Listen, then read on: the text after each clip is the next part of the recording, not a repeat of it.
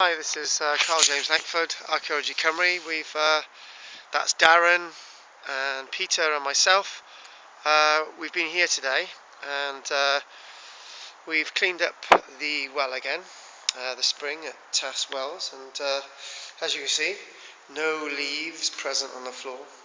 It's very dark in here today, but everything looks very ship-shape, and we've given as part of the work we do for the Cynnon Taff Authority, we've given us a good old tidy. And let's look at the spring with the light on. You can see it there just before the video begins. Here we go.